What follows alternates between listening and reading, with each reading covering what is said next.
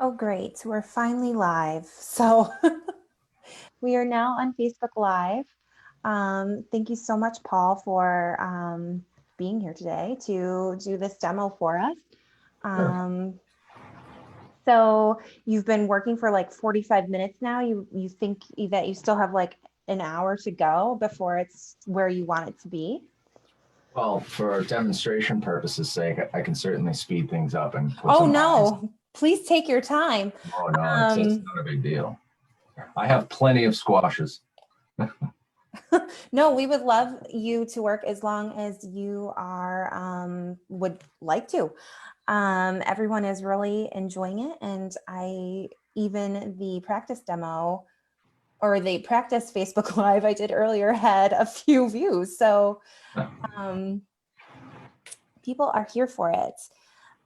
We have another question. Have you ever thought about making, oh, you answered that one and you talked about your tools. So we're all caught up on our questions so far. Um, and then you've talked a little bit more about how to get started if you're interested in getting started in this kind of art form. Um, do you make displays for yourself? You talked about how you take commissions and you've even made carvings for the Patriots. So like, is your house decorated for Halloween every year? It used to be, but now I have no time to carve pumpkins for my house. Usually there might be one or two floating around, or I'll do one the day of Halloween. But yeah, for the most part, I'm not around to do it. Like the Chicago gig falls just about as close to Halloween as it gets. So I usually fly home a couple of days before Halloween. And but I'll do a lot of local demos and stuff that I get to so that my kids can see the pumpkins that I've carved instead of just pictures. You don't see Deb doing live. That's awesome. Can you tell us, I know everything is, nothing's final because of the situation we're all in right now, but do you know if you will be doing any carving demonstrations in the fall? Right now, the Chicago Botanical Garden is on. I'd assume that I will be over at Crotchmall Farms because that's where I get my pumpkins from in Tewksbury, and I Oh, have a yeah. good relationship with them. So I like to spend a day or two carving over there for them, and I'm going to be there anyway. And they got a great little setup. So, but other than that, I don't really have, like I said, a lot of the bigger events are very last minute, whether it's a show or an event. Um, things always pop up. I hope everything's back to normal by then. We can all hang out in a large group and somebody can watch us carve. In Chicago, I get to carve with 5 other really, really good pumpkin carvers. So that's pretty fun to share a tent and kind of bounce ideas off. That's another way to learn is to just surround yourself with the people doing the same exact thing. So I get tips. I get a lot of tips from my friends that I carve with.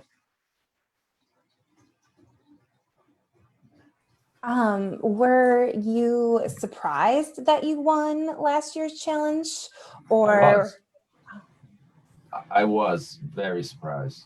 Um, they get you to a point where they trick you into thinking that you lost anyway, because what you don't see is the outtakes from the hosts explaining why one person won over the other. They for like 10 minutes they kept dropping hints in keywords that made it think that it was mine that I was going to lose, which was fine. I would have been totally fine if Frank won. His was great too.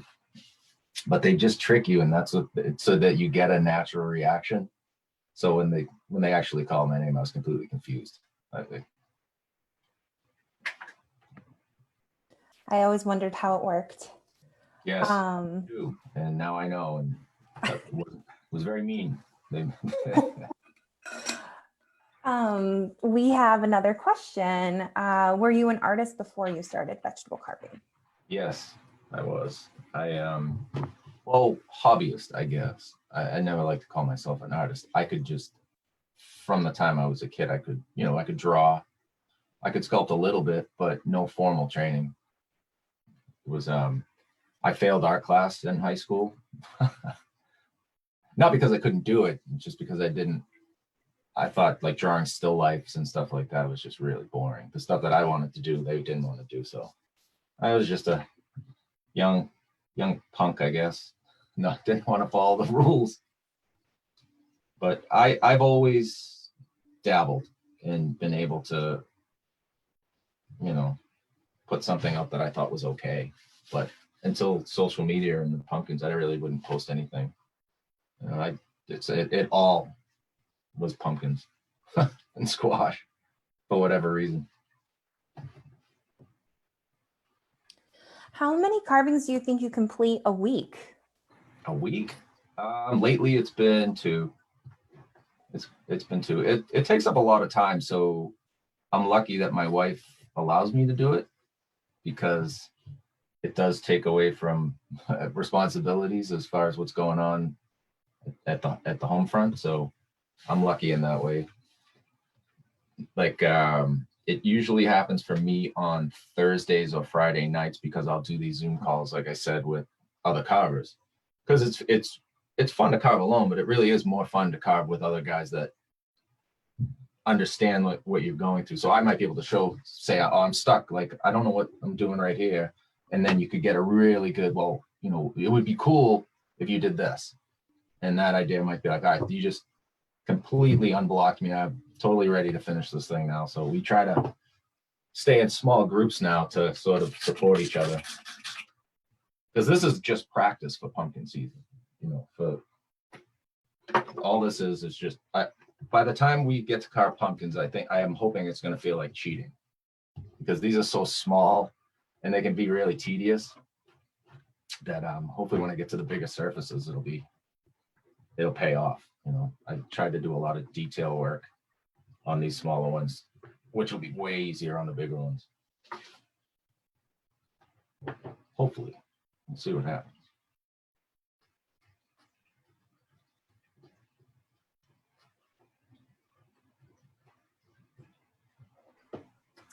I'm just going to go to Facebook and see if we have any questions there. There are some people watching us there as well. Doesn't look like any questions yet.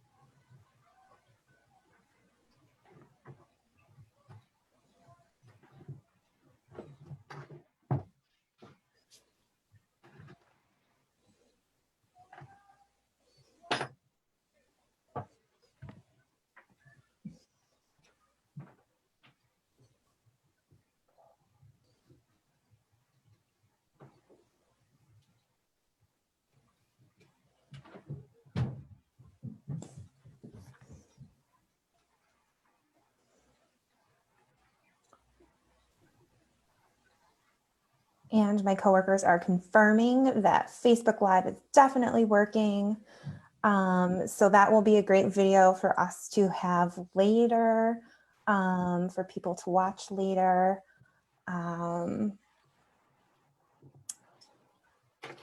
Very exciting.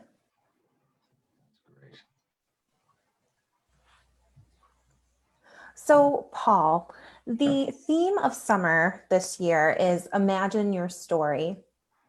And do you ever have to come up with elaborate sets of things? Like, is that what you did for Outrageous Pumpkins? You created like a giant scene, right?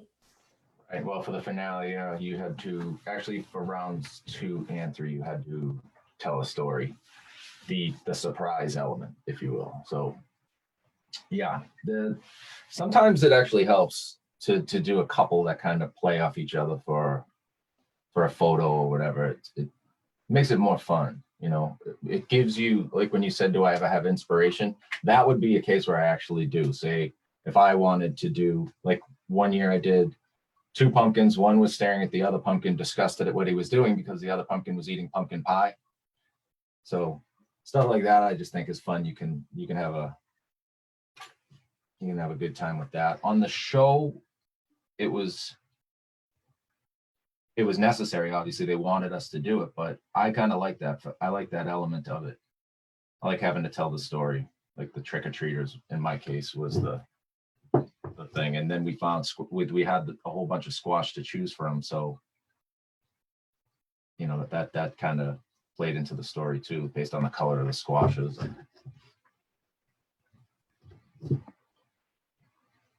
We have another question. There's a question, do you also ever carve wood carving? I'm doing one right now, actually, my first wood carving. I'm doing it with chisels because I'm not a huge fan of chainsaws, so it's going to take a little while. But yes, I just started one. I like it. I like it a lot, actually. And you know, that's not going anywhere. That's a permanent one that'll be in the yard. I don't have to put that in vinegar to preserve it. It's a pretty big stump, actually, and it's going to be a Frankenstein kind of face because it'll, you know, the stump has the flat head. And I plan on working on that later today, actually, if I find the time. That sounds amazing. I will have to drive by and see it. So I see that you've switched over to like kind of like an X-Acto knife. Oh no, I did. Okay. There was an X-Acto knife. I switched the tools again. I'm very quick with switching tools. Yes. So originally I had used this copper rod, which is how I make round iris. You know, you put that. That's how you place your eyes. You get a perfect circle every time. And then to cut out the material, I'll use the X-Acto knife to recess it behind to create the shadow. So I still have a little bit of digging to do. But so once these are pulled back, it'll give the illusion of the actual iris and pupil. So it's coming along. It's awesome. Let's see. Any more questions?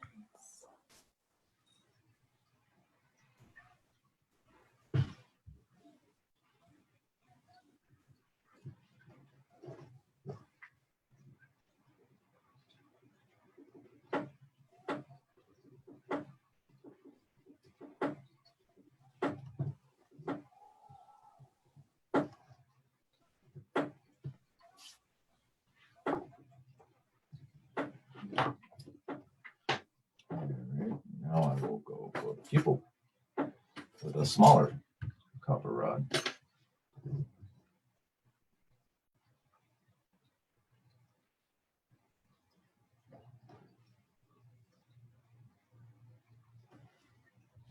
And then we'll be... That's incredibly realistic. I love this little pumpkin or squash. You can have it.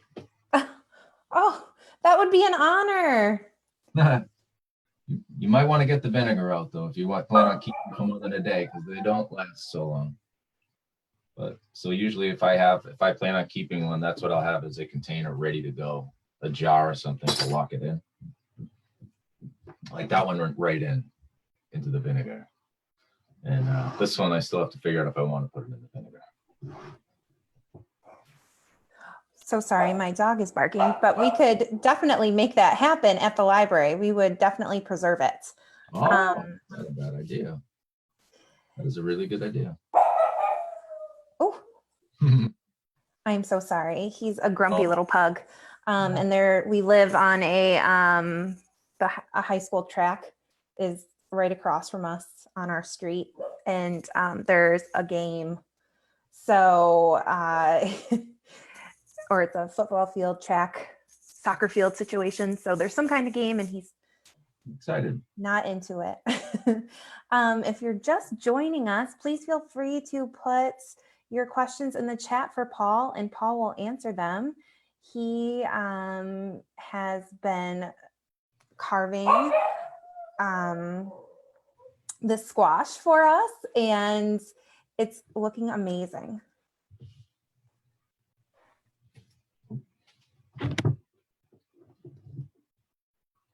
And then we had a question. I think, Paul, you answered it earlier. How long do they last after you carve them? If they're in vinegar, forever, right? If they're in vinegar forever, if you take a picture forever. Other than that, it's just like any other fruit. It's going to rot.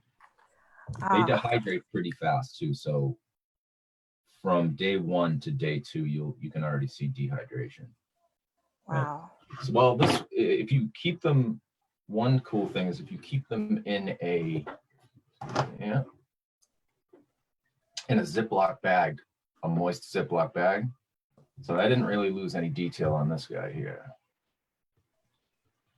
So I was surprised about that. And that was, I want to say, last week. So I think the smaller squashes tend to stay a little better than the big pumpkins. Big pumpkins will stop rotting the next day. But vinegar is the end all be all. That's the one way that you can definitely preserve them.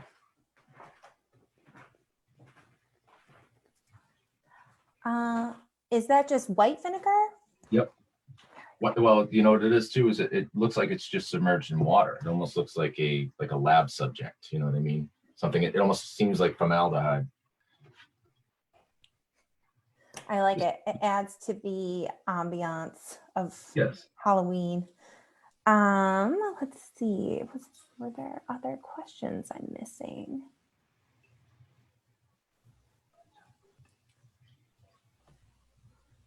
No. Okay, we're good.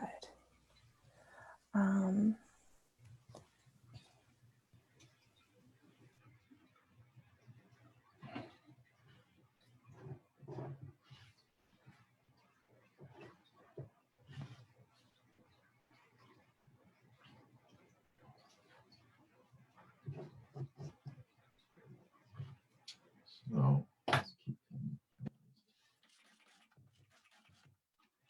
they start to dehydrate so much so fast that you have to keep spraying them so they don't dry out on you.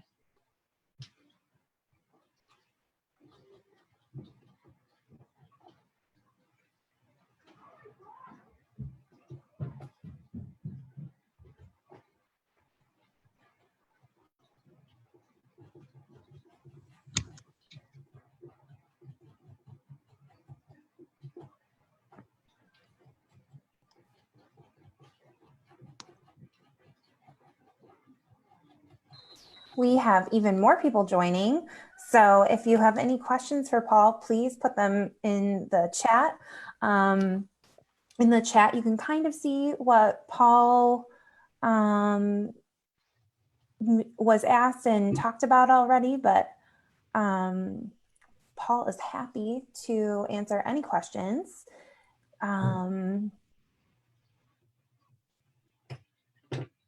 Paul is the 2019 Food Network Outrageous Pumpkins champion, and he is also a local Wilmingtonian, I guess. So we are so lucky that Paul is in our community and is with us this morning, doing a live vegetable carving demo. Thank you so much, Paul, for joining us. Pleasure. Wow, I love the detail of this squash's eyes. It's great.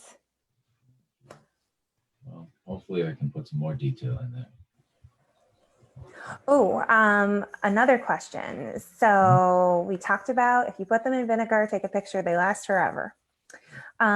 What is the biggest thing you've ever carved? 168 pounder, which isn't really that. I mean, it's big, but it's not one of those gigantic ones that you see on the at the Topsfield Fair. But yeah, 168 pounds. That was in Chicago, and I turned it into the Creature from the Black Lagoon. So yeah, that one, I think that one might be on my Instagram account as well. I did all the classic the movie monsters one year in Chicago. So I did Dracula, Frankenstein, Wolfman, and the Creature from the Black Lagoon. Wow, that's awesome. I know I will be going back to look at those pictures on your Instagram. So Paul's Instagram account is Dever.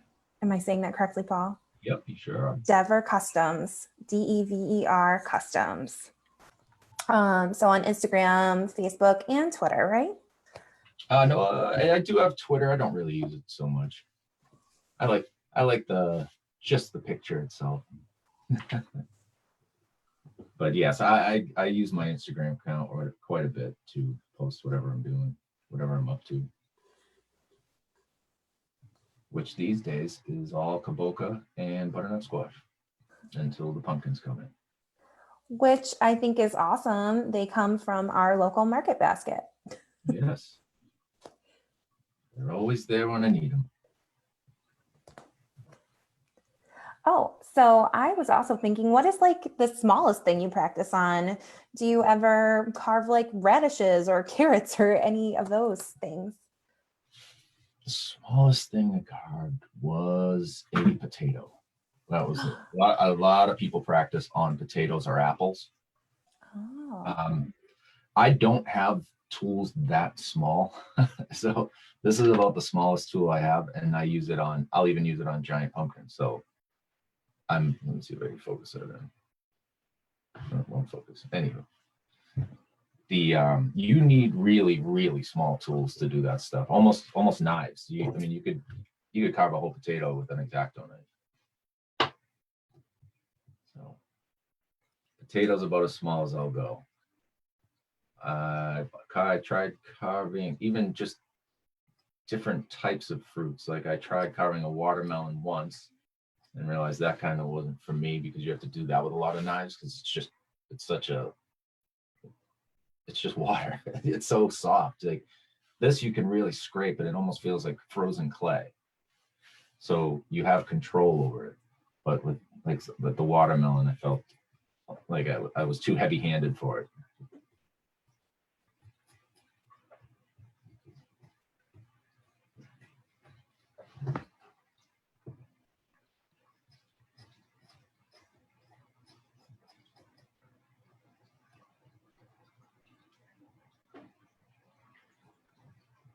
So yes, if you want to get a container for this guy, I think it might be a cool little. I like these kabochas. I like doing the unfinished face, almost like the one in my one in the tank just has a nose and the closed eyes. But I kind of like that look. It's so creepy.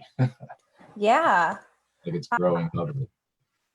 I'm sure once the library reopens for our patrons to be able to come inside, they will love to see it. And I will find it a place of honor in the library for sure. What kind of container do you suggest? Just a glass? Yeah, this container in the back, I think I got it at Walmart. It's just like I don't know what they call it. It's not a cloche, but it looks like a giant cookie jar. It's a 2-gallon jar. Okay. But there's any glass receptacle or even plastic receptacle with a lid would work just fine.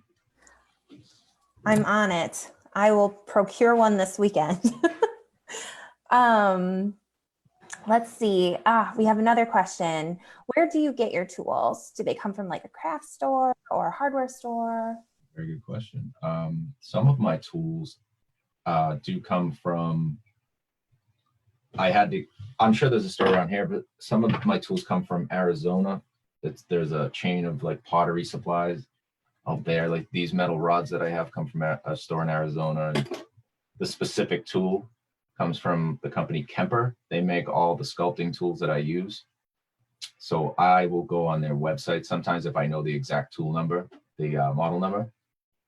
But these guys you can get at AC Moore. There's a whole craft kit, and it's just ribbon loops, and there's a whole bunch of different sizes of those that you can use. So as long as you have this tool and a couple of the small other generic, these little silver handle tools that, and they're flat ribbons, not wire, but flat ribbon, you can get them at AC Moore. I've been finding myself getting into more specialty. Like I like a certain shape on my tool, and I'll put teeth in it. Like, I don't know if I can get this thing to focus here, but there we go. So I can cut and put teeth on the, it won't focus. Anywho, there it is. See the teeth on the, they call it a rake. So I'll customize all my tools after I get them. And what it does is it keeps you from being able to dig in, because you have a razor's edge basically on the side of the ribbon. So sometimes you'll gouge into it and you'll ruin everything that you worked for because you just took too much material. There's no going back. You can't fix it. So if you put the teeth on it, it prevents that. So you can lightly scrape the surface and you can really dictate, where the shadows are. You can find the bone structure, and just by just tapping and just slowly taking it off, and it just turns it into putty. So, but to get back to the original question, you can get all this stuff at AC Moore. Excellent answer. I had never thought about customizing the tools. Neither did I. That's one of those things that I learned from the other professionals that really, they showed me what to do to get better. There was never any like, shh, don't, we don't share our secrets. It's like, well, what would be the big secret? You're just carving a fruit.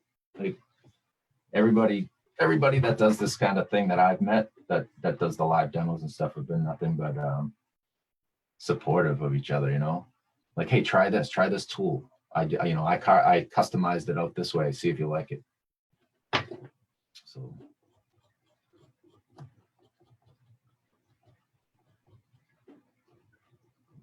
Sorry, I was muted. And then we have a question about how do you add the teeth to the tool? Dremel. Or you could use, like, if you have a vise at home or anything that would hold the tooth, hold the rake in place, you could use a small, like a hand saw, like a fine tooth saw. But I use a Dremel. It takes 30 seconds to whack a bunch of teeth into it. And then the tools last pretty long. I think I've had this one for 3 years. I don't break many tools. I'm not really heavy-handed. And when they do break, I have epoxy that just glues them all back together.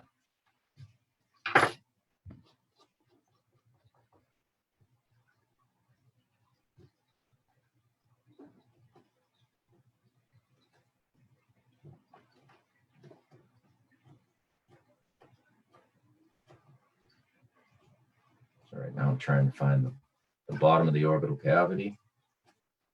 Create another shadow. Kind of make the eyes look like they're sitting in. It takes a while to achieve what you're trying to achieve.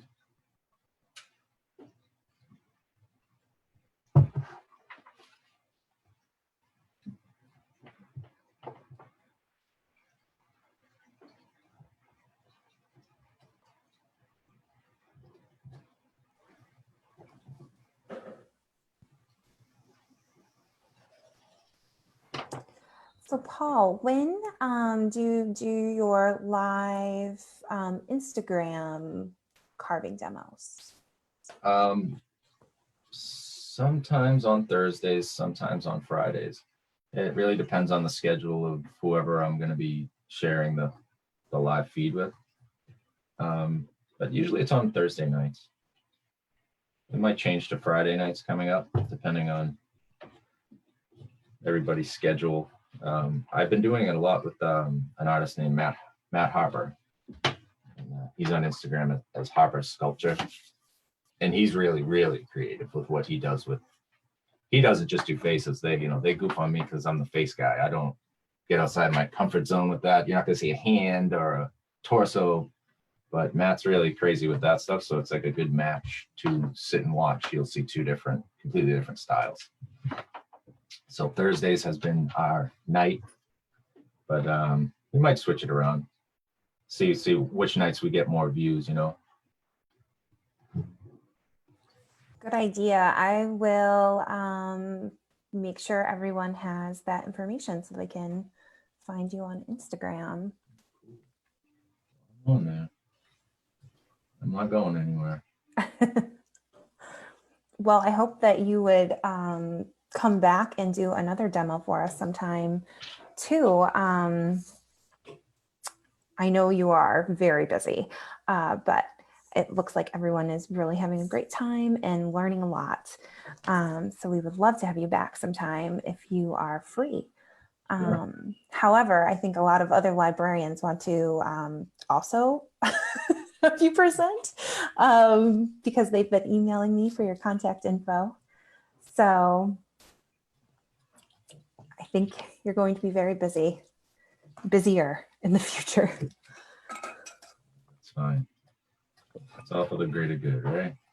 Share the experience of the carving. We could all use a little more art instead of video games and Netflix, you know, to get creative instead of sitting around. I use it as an excuse not to mow my lawn right now, though.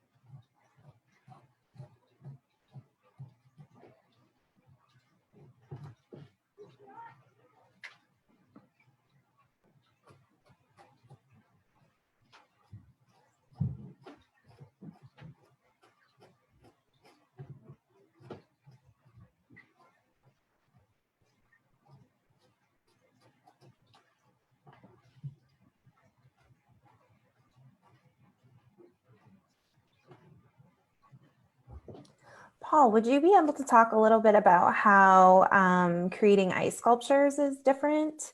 Because you also do ice sculptures as well, right? I do snow. Snow sculpture. So sorry. Yeah. No, that's fine. I would love to do ice. Like I said, though, it goes back to the same reason I don't do big wood carving. Is I'm just not a fan of chainsaws. Snow is much the same as sand or the same thing as carving a squash or anything. It's subtractive. I guess that's how I approach it, because you could actually build it up. So like you do a snowman, you build a snowman, right?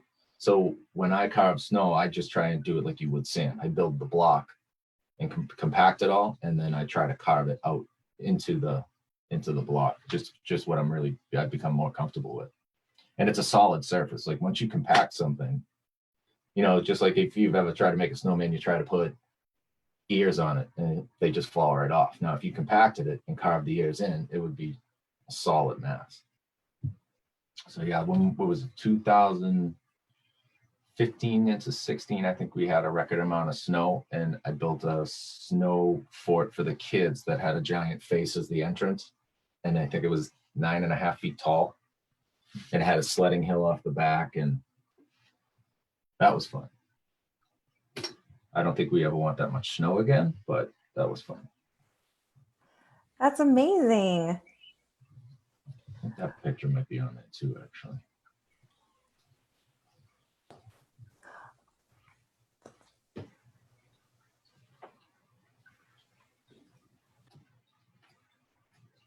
Let's see, were there any more questions for Paul? Feel free to put them in the chat. We still have some people hanging out with us on Facebook Live. It's working. Took a while to get there, but it's working now.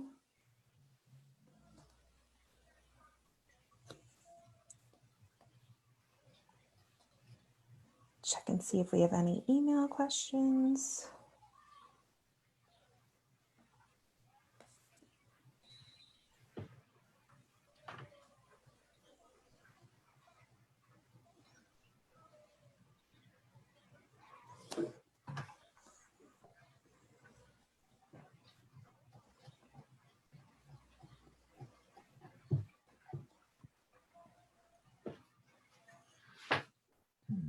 Let's see.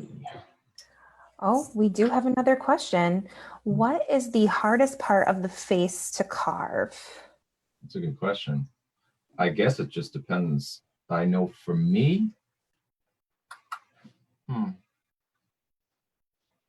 the mouth, which is funny because I do a lot of open mouths. I think I try to dive into the part. It's like eating the vegetable you hate the most first. So I try a lot of stuff that I do. I try to go after the mouth and the teeth because I feel like that is the hardest part. So the better I can get at teeth and expression around the mouth, and try to do a lot of tongues are hard to do, but so I definitely try to dig in. It was hard for me to realize how much your face dives off on the sides because it's round and it's such a deep part of your face. I think that took the longest for me to figure out. I think I'm still figuring it out, to be honest. But that's the beauty of it. I haven't met anybody yet that sits there and goes, wow, this thing's coming out great. We usually all say, I don't know how I feel about it. I'm not going to know till the end if I like it or not.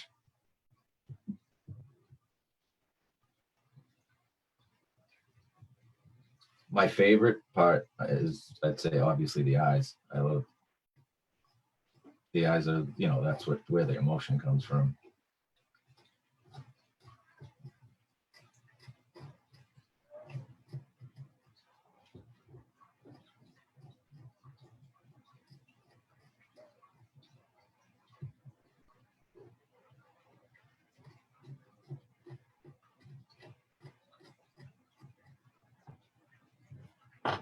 So right now I'm going to take this small tool again. I'm going to punch a hole in the back to create light for the eye, which is really the part that I like best. It's sort of a finishing touch, but while we got everybody, why don't we just do it now? So I'll take that small core, cut a couple of short pieces off of it. Take a pumpkin carver's best friend. And just a little bit of glue will completely change the look of this. So let me get that looking there. And the little pieces.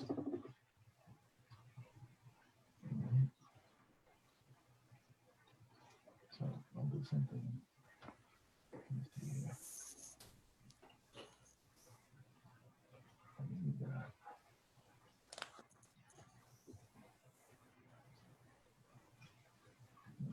Put a little drop of glue.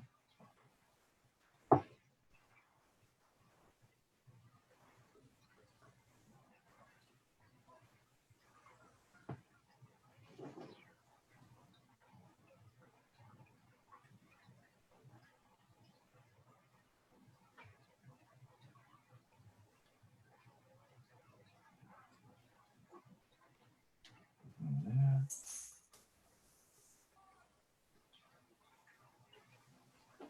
Doesn't want to stay. I'll get it.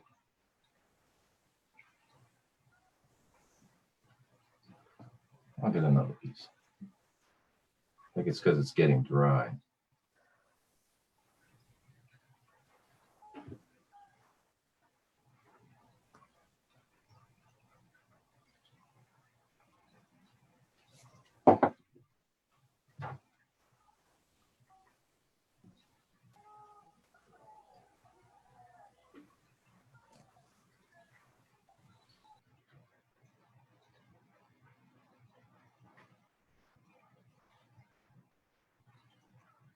Sometimes they don't want to stay. And that's because it's so tiny. Now you can see why anything smaller would be almost impossible. These really teeny tiny things to put in here.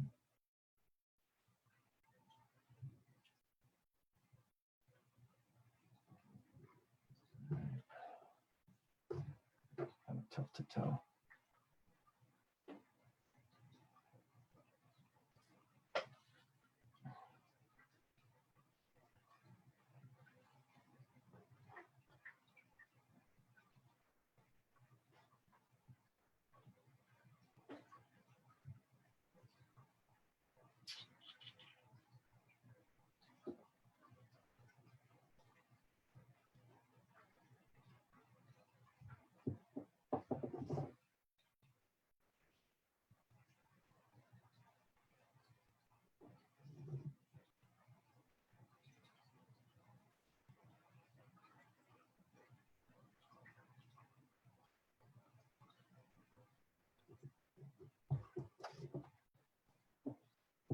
See. You see the difference now. It's just a hint of light. So without these, I mean, it's a small touch, but those two little dots right there make all the difference when you're on, when it's displayed. Wow. It's really cool. So to get those to stay, you just used a very strong glue. You can use, yeah, just it sticks to wet surfaces, which, you know, a fresh fruit's going to be, it's going to have moisture in it, so it bonds the two surfaces. That's really all we're trying to accomplish. Right, and then to smooth them out, use a Scotch-Brite pad. Usually just spray a little water on it.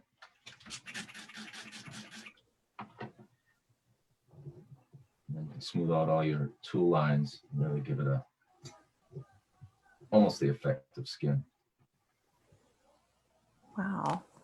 And you would do this step during a competition? Yes. Oh, yes. Yeah, definitely do this step during competition. They want a really refined, finished piece, and in order to get that, I actually on the show got called out for my tool mark showing in the final round. So that's when I thought I was in trouble, because I didn't even notice the tool marks. I was still busy working on the other parts of it, like the other pumpkins we had to carve, that I just forgot to smooth out one area of the sculpt, and that's the first thing he noticed. Oh. Yeah. That was it. We did have another question. What tips or advice do you have for someone who wants to start? Don't give up. Get yourself a set of tools. No, the first one you do is not going to come out how you want it to. The second one, but don't give up, and just keep confidence that you're going to get better doing it. It takes a while to figure out. I still have I keep pictures of the first couple that I did to remind myself how far I've come, because the first couple that I did was, I mean, they were terrible, awful. I couldn't figure out how to, you know, I didn't understand depth. So I would suggest going online onto YouTube and looking at some videos too of like guys like Ray Villafane, or I'll have videos out probably closer to Halloween. I have a couple of time lapses. They might not be the biggest help. They're kind of helpful to figure out depth, but I'd say get Ray Villafane's video. That's a good one. That really helped me a lot. You get a simple set of tools from AC Moore, and just expect to make mistakes for like the first 10. And then you'll be on your way. You'll be on Food Network.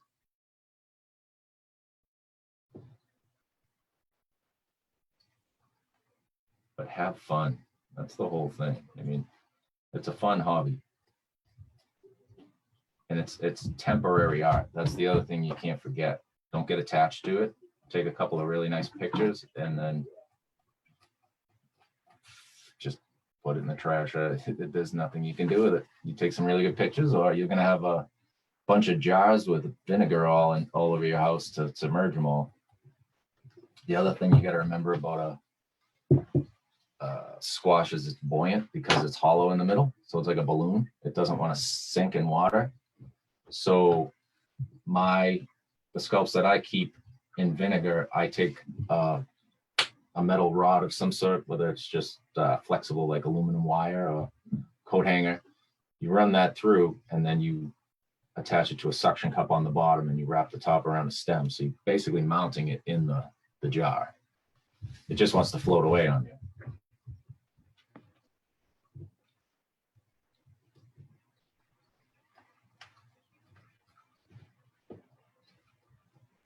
I'm making notes so we can preserve the masterpiece. Love it. Let's see if we have any more questions anywhere that I've missed. Oh, we do. A Facebook question. What was your biggest squash to carve and how long did it take? I know you talked about the pumpkin that. Yeah, well, I guess it's one and the same, right? I'm assuming the squashes are, it was 168 pounds, was the biggest of anything that I've carved. And that took me a total of 7.5 hours because I had to break it up over 2 nights. Because when we carve live, it's a 5-hour demo. And then I had to go back the next night to finish. I did all the teeth separate. So I carved it all, and then I had to go back and carve each tooth separate and glue it in place. And so that's a long time, especially when it's cold out, because it's not warm when you're carving pumpkins. But I'm so sorry. I didn't interrupt. Do you use anything other than glue to keep the pieces together, like skewers or? Yep. All of the above. If it's a big thing, like say the nose here on this guy, that I used a couple of toothpicks, but you got to be careful when you do that, because let me see here if I can show you. It's hard to get this thing to focus. There we go. There's a piece of a toothpick sticking out right here that you're kind of locked in. You know, once you put toothpicks in it and glue it on, that's your material, that's your medium. So now he has a freckle, essentially. I had to just kind of roll with it. But yeah, for the big ones that we do, like over 100 pounds, you need skewers if you're going to glue anything on. It's heavy. Anything that hangs off it wants to just come off instantly. But for smaller stuff like teeth and everything, no, that's just a little dab of glue, holds it right in place. Or ears, same thing. You can just glue a set of ears on the side.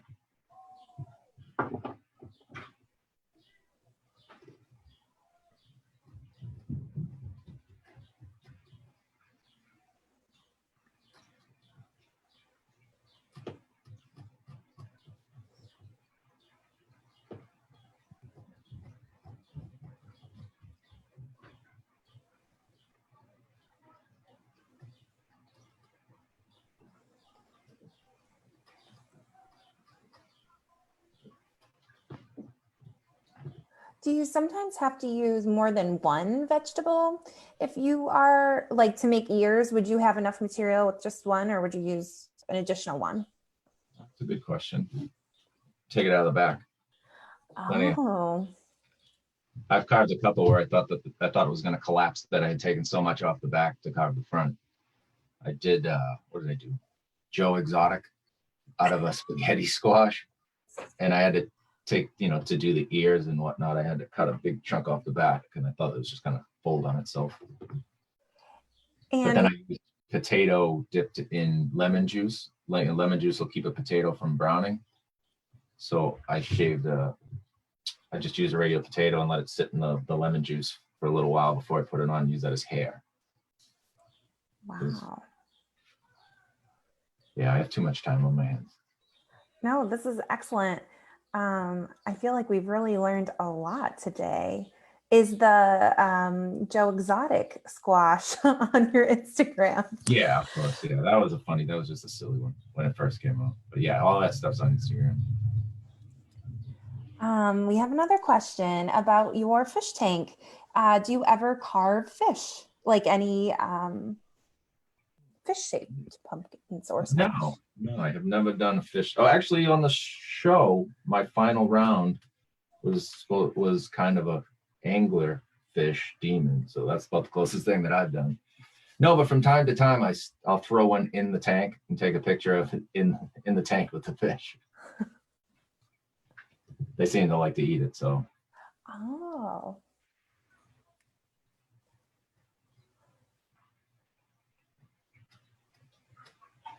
Yeah, I don't tend to do a lot of animals. I'd like to do werewolves, but kind of still a human kind of face. My style's more cartoony, you know. I try not to do anything too serious. I mean, how could you take yourself serious when you're doing this? You're just carving fruit.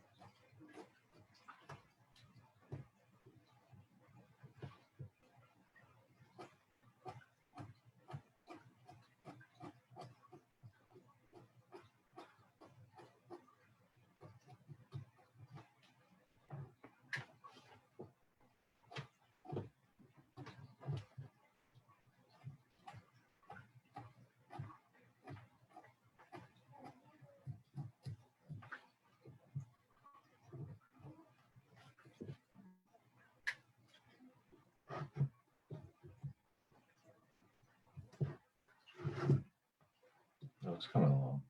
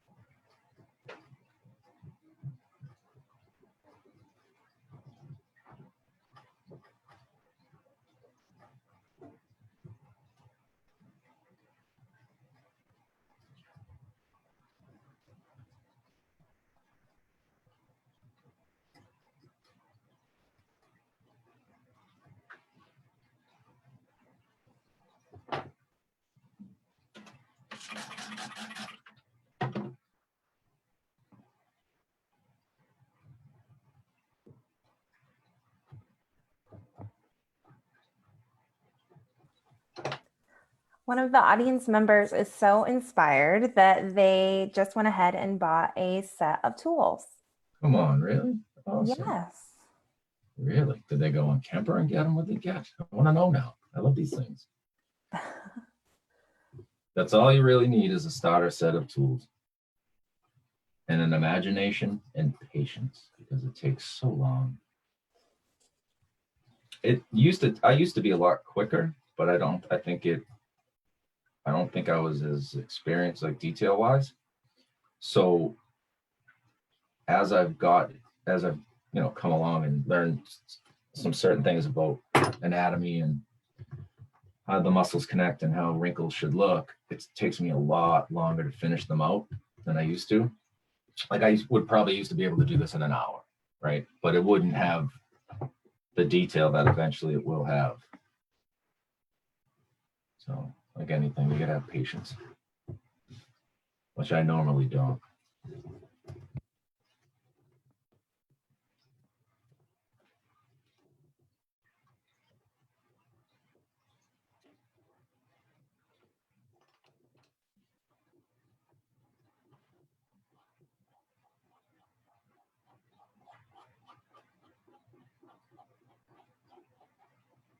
So whoever bought those tools, don't go buying all my squashes though. I still need squashes at Market Basket. All right, don't hoard. Just a couple at a time.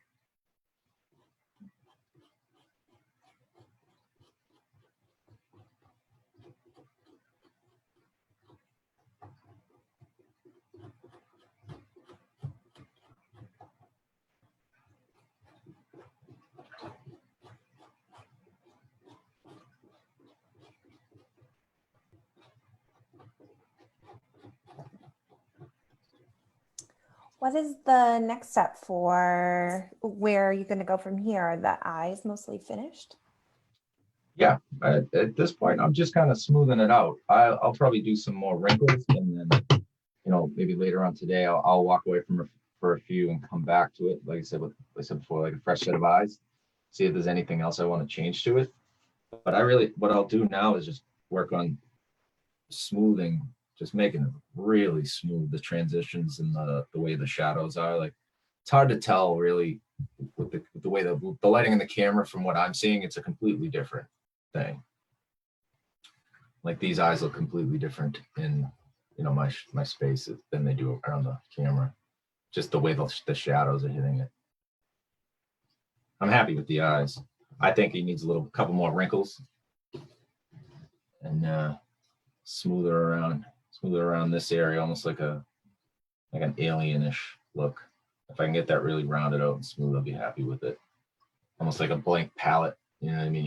You have the really defined eyes, and then it just sort of bleeds away to nothing. I love that.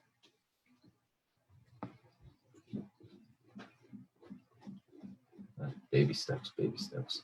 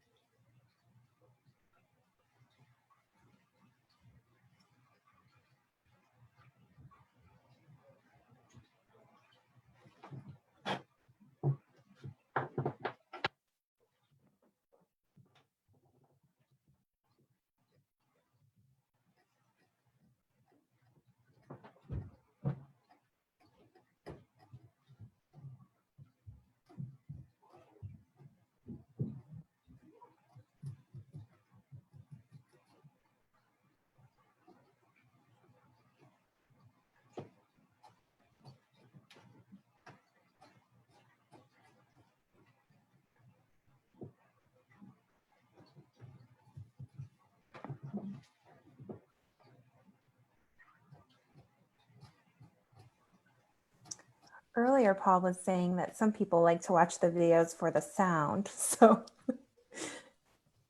Yeah, the scraping sound. Some people find it soothing.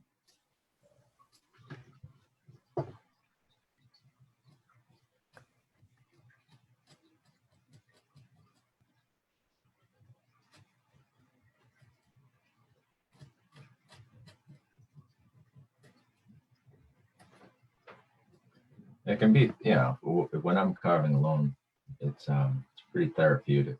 Just the sound of the tool with nothing else around.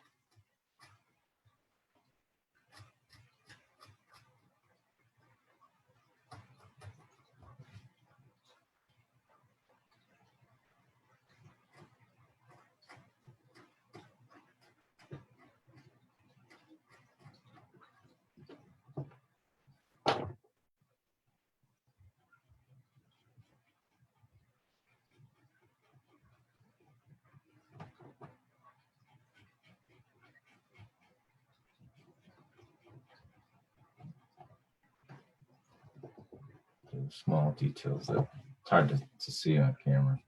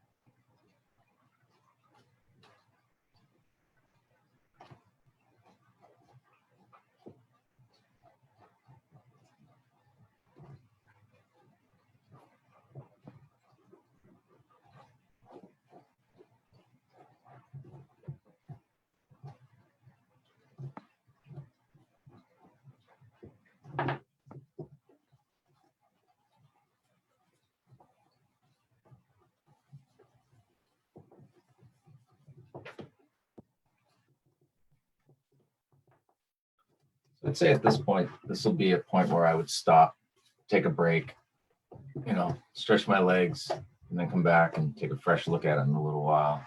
See if there's maybe something I would add. Like sometimes squeeze in like a little very understated mouth or something. It would really give him like an alien look. I don't know. Maybe I'll go that way. Who knows? But I've taken the light out of the eyes as well because I think I'm going to adjust those. Maybe cut them in a little higher so they can stand out a little more. I don't think they were pronounced enough. Wow. Well, thank you so much for spending so much time with us this morning. And thank you to your family for being here too. I know everyone in the audience really enjoyed it, and it would be great if this guy, the squash, lived at the library and then everyone could see the finished product there.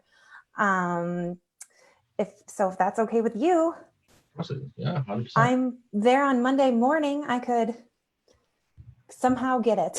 So I will. So what I'll do is when I finish it up, I'll send you a picture. I'll send you an email of the picture and you can post it if you want. And I'll wrap it up. Like I said, I can actually probably wrap it up in vinegar in sort of like you would with a fish. I could fill a Ziploc bag with the vinegar sort of to start the process for you. And then that'll give you time to find a proper home. And I'll give you the list of things you should have to mount them to the bottom. Perfect. This is so exciting. Everyone is going to really look forward to seeing that finished creation. I will definitely make sure it's on our Instagram and Facebook pages, also on our teen Twitter. And that would be great. Thank you so much for being with us this morning. Everyone in the audience is thanking you profusely. They are very excited that you did this demo for us, and we're very lucky that you had time. And then there was just one last question. My sister, who you met earlier, she's also an artist, and she was wondering, do you have like a favorite?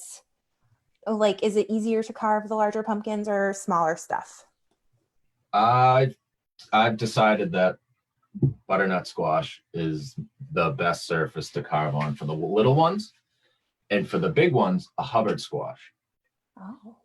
Hubbard squash is like the best. It's always a thick material. It's the same consistency. You don't have dry, soft spots or anything. So butternut squash for the small, Hubbard squash for the large pumpkins. Awesome. Thank you so much, Paul. We hope you have a great rest of your day. And then this will be on our Facebook page for people to see later. A lot of people joined us this morning, so this was awesome. Thank you so much. Great. Thank you very much for having me. All right. And we're so excited to have it at the library. Can't wait. Thank you. Bye. Thank you, everyone.